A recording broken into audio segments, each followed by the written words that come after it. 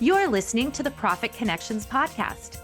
Entrepreneurs and franchise owners, you'll want to tune in.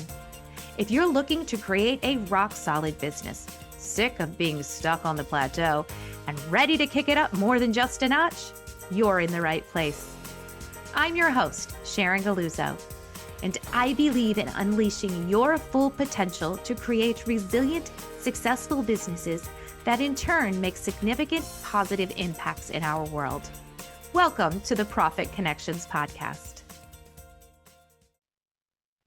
Welcome back. I am so glad that you're here. Today, I am going to be starting a 5-part series focusing on one of the resources that is available to you.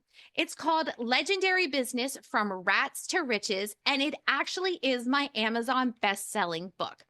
So the way that this book is organized, there are 5 of the most common mistakes business owners make in their business, how to identify them, and how to get rid of them. So what I thought I would do is I'll make this a 5-part series, and each podcast will focus on a different chapter of the book. Now, the book is called Legendary Business from Rats to Riches because it is based on the fable of the Pied Piper. If you know the story of the Pied Piper came into a city of Hamlin. Hamlin is overrun by rats. No matter what they do, they can't seem to get rid of these rats. And so they bring in this specialist, this Pied Piper. And what he does is he makes an agreement with the townspeople, and they say, okay, we'll pay you this much money, get rid of our rats. So he plays a tune on his flute and it leads, or pipe, I guess it's the piper, so he's playing a pipe, not a flute. However, he leads the rats out of town, drowns them in the river, and comes back and asks for his payment. And the people in the town decide that they are so clever that they are not going to pay the piper. And for that reason, something terrible happens in the town. I won't talk about it now, but there is a terrible end to this story. And that's where we get the phrase, pay the piper. If you don't pay the piper, then something bad might happen. So this is the story that I centered my book on. And the idea is that in your business, there are rats that come in and they cause havoc, and they keep you from getting the success you want. They keep you from getting the sales you want. They keep you stuck. They keep you in a place where you are not accomplishing what you want to accomplish in your business. And so I have given each of these mistakes that business owners make a name, a backstory, and an actual illustration. So my business book has pictures in it. Yes, I think that's one of my favorite pieces of detail in my book, is that I actually hired an artist to come in and design each of the rats. So they're very cute, and they actually incorporate the pieces of the challenge that rat represents. So as I said, there are 5 rats, which represent the 5 most common mistakes business owners make. And so today I'm going to talk to you about Maya Rat.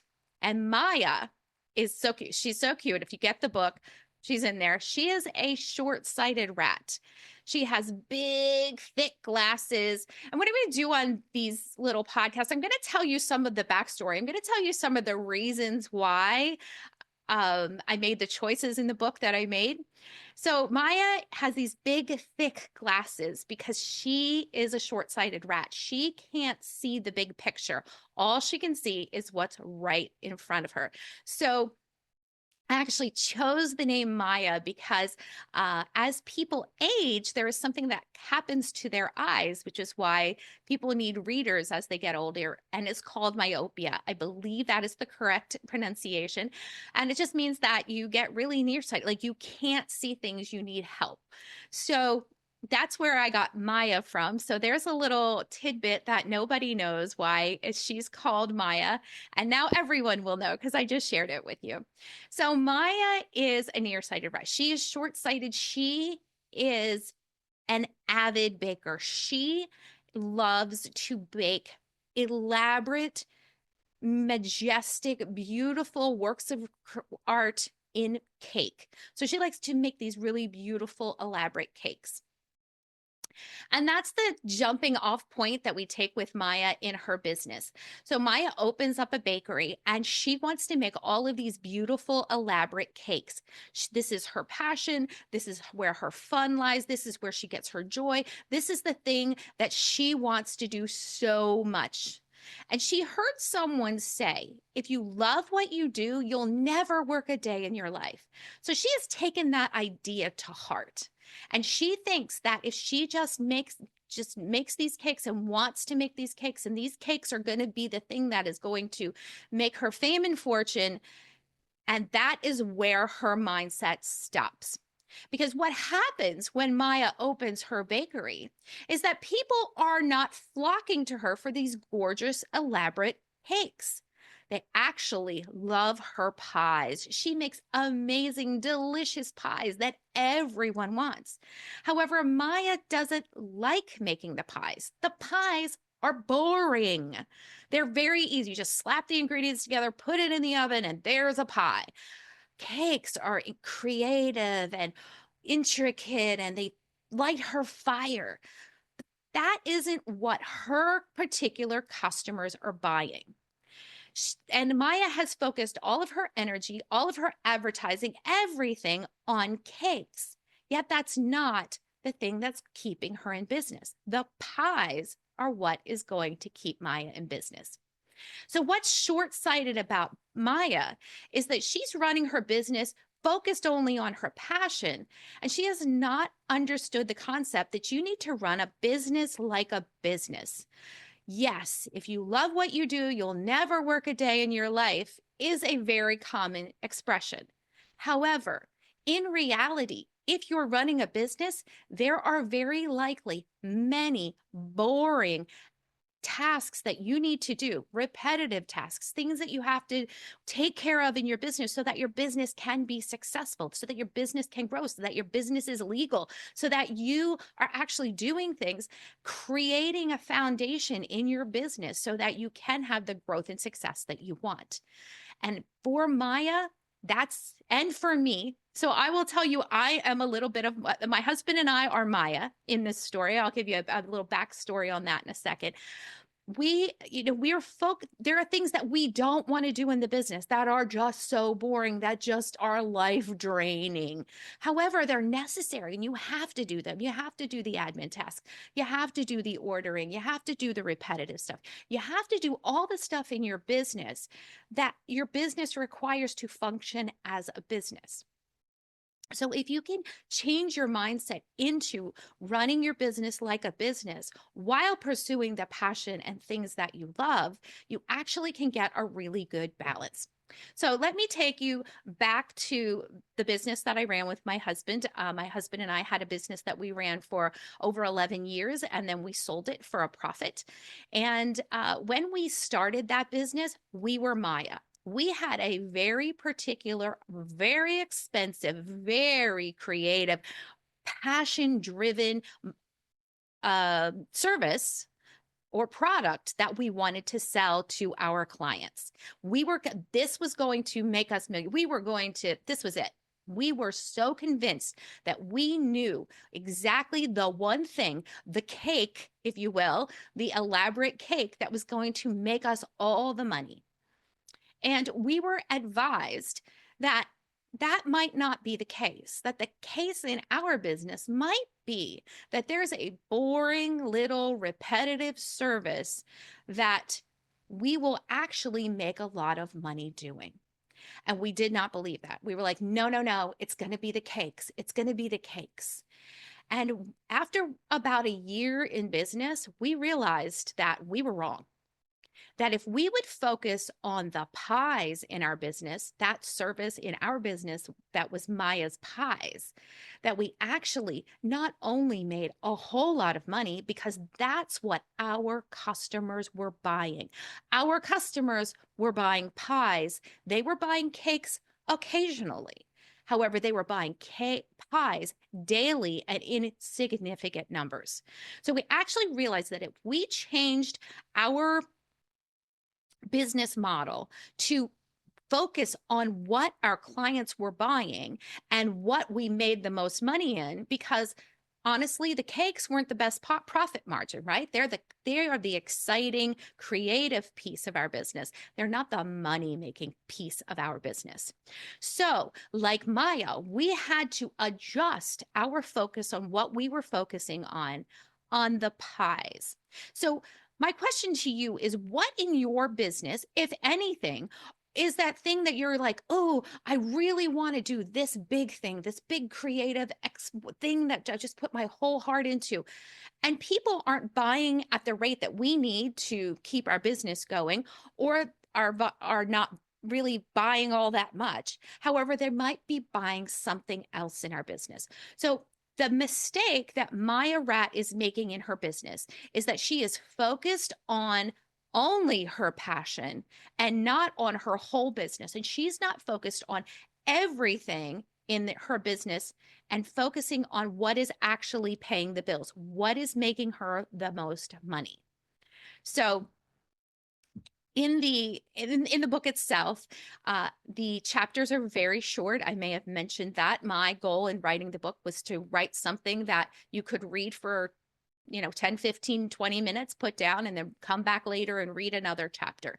So first part of the chapter is the story of the rat. So I've already told you Maya's story. I've told you my story. And then the second part is, now how do you fix that in your business? And for Maya's problem, for our problem, what we needed to do was focus on what was making us the most money and the most profit. Because you can have a very, very expensive product that you don't make a lot of profit margin on. And don't forget, whenever you're running your business, your time is also profit. You have to figure out where your time is best spent. Are you trading dollars for hours? And what that means is you are the amount of time that you're working on the project is where all your focus and money are going. So if it takes me 3 hours to do a task in my business and I'm charging $30 for it, that's $10 an hour. And if I've only charged $40 for the product, then I'm only making $10 in profit, or in the difference. Of course, profit includes expenses and a lot of other things. However, if I'm doing something that I'm charging $40 for and it takes me 3 hours to do, then $30 of that project is my time. However, if I charge $40 for something that takes me 15 minutes or 20 minutes or an hour to do, now the difference between that project, say it takes an hour and I'm charging $40 for it, well, now all my money isn't taken up in time. And if I can do more than one thing at one time, that actually increases my profit margin as well. For example, let's take it back to the bakery. When Maya makes pies, she doesn't make one pie at a time. She makes 5 pies at a time and puts those 5 in the oven. And then she makes another 5 and puts those 5 in the oven, and then makes another 5 and puts those 5 in the oven. So now she's got 15 pies that she is baking at one time, and it has only taken her an hour to do that. However, the cakes take a lot more of her time, because between the baking and the stacking and the decorating and the getting all of the things and the design, and now a lot more of her physical time is being taken up. So that's more of a dollars per hour model, where it's everything that she's doing herself. So anything that you can do in your business that will automate it, I like to call it replicate yourself.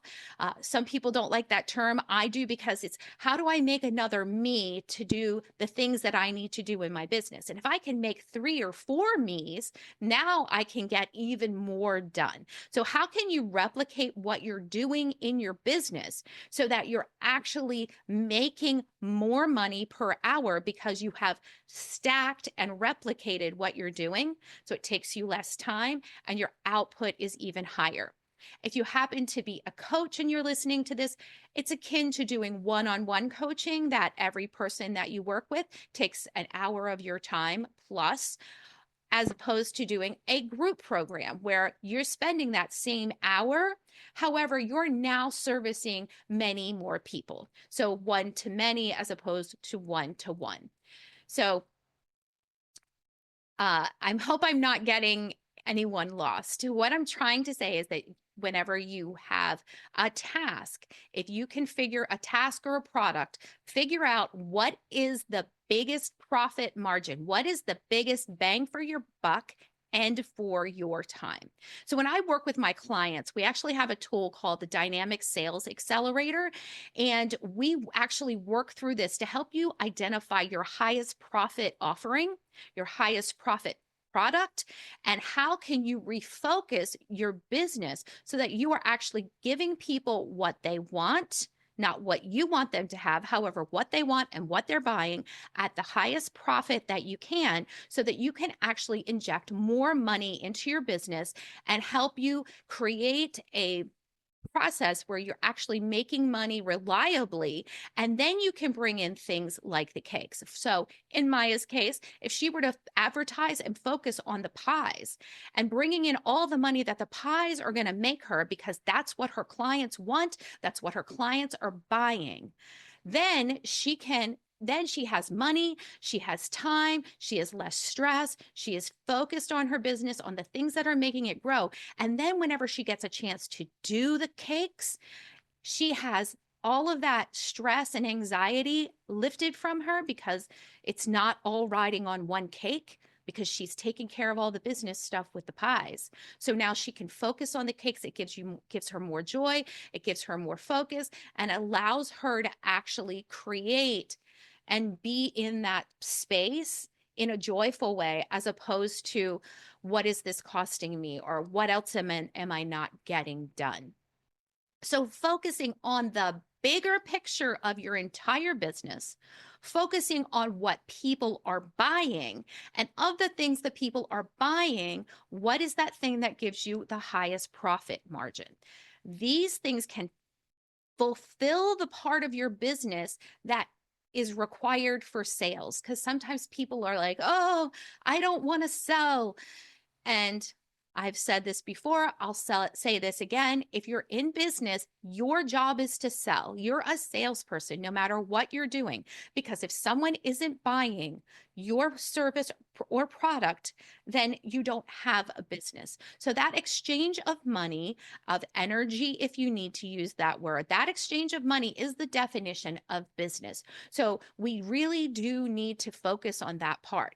However, the things that people are buying, that is your highest profit margin, doesn't have to be, you don't have to dread those things. If you can change the way you're looking at it, like, wow, I am making so much money with these pies, I will gladly make all of these pies, because they make the cakes available. They make room for those cakes to come in and for me to enjoy doing that kind of thing.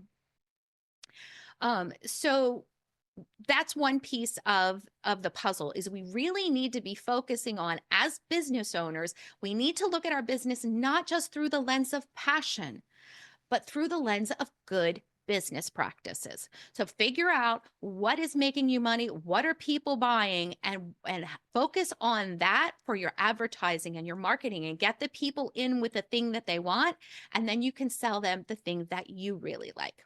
So if somebody comes in reliably to buy pies at Maya's Bakery, when they have a birthday, if they love Maya's Bakery, they're going to ask Maya to make the birthday cake or the wedding cake, because they've got that relationship with her, and she's created that community around her pies, that then people can step into the next thing and the next thing and the next thing, because small jobs lead to big jobs.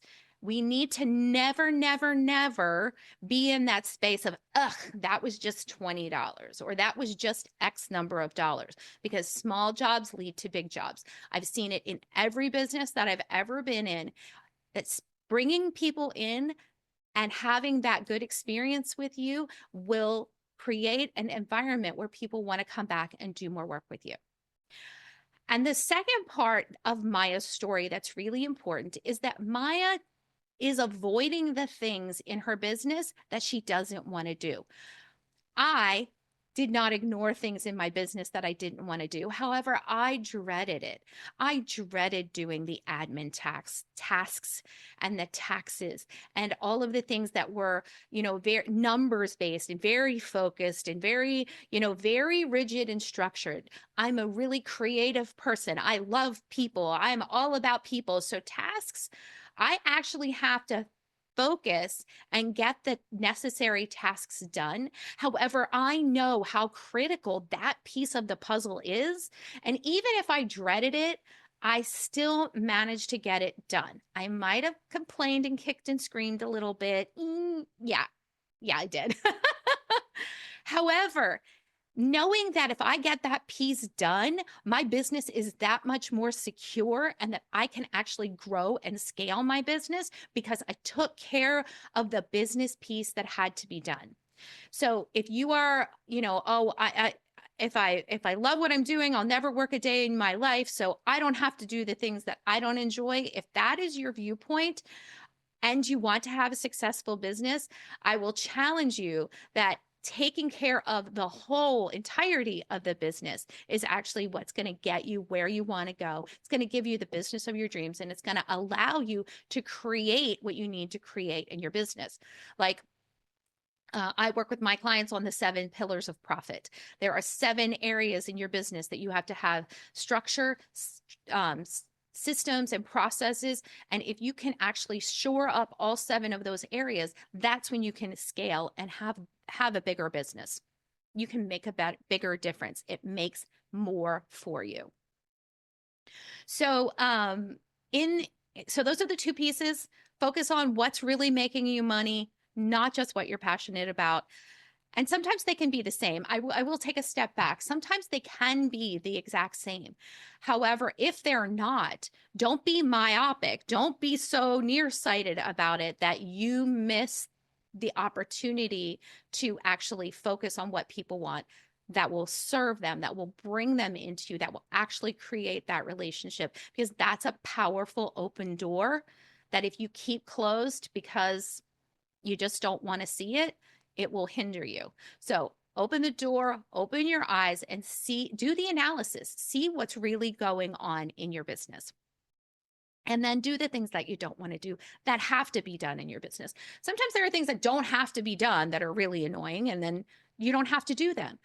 And you know what? You don't have to do them yourself. You can bring someone in to do it for you. You can delegate that to someone on your team. You can hire someone. There are all kinds of options for you to get the things done that need to be done in your business. It doesn't always have to be you. And if you are right now a solopreneur and you are the one who has to get all the things done, then figure out a way to do it. What motivates you?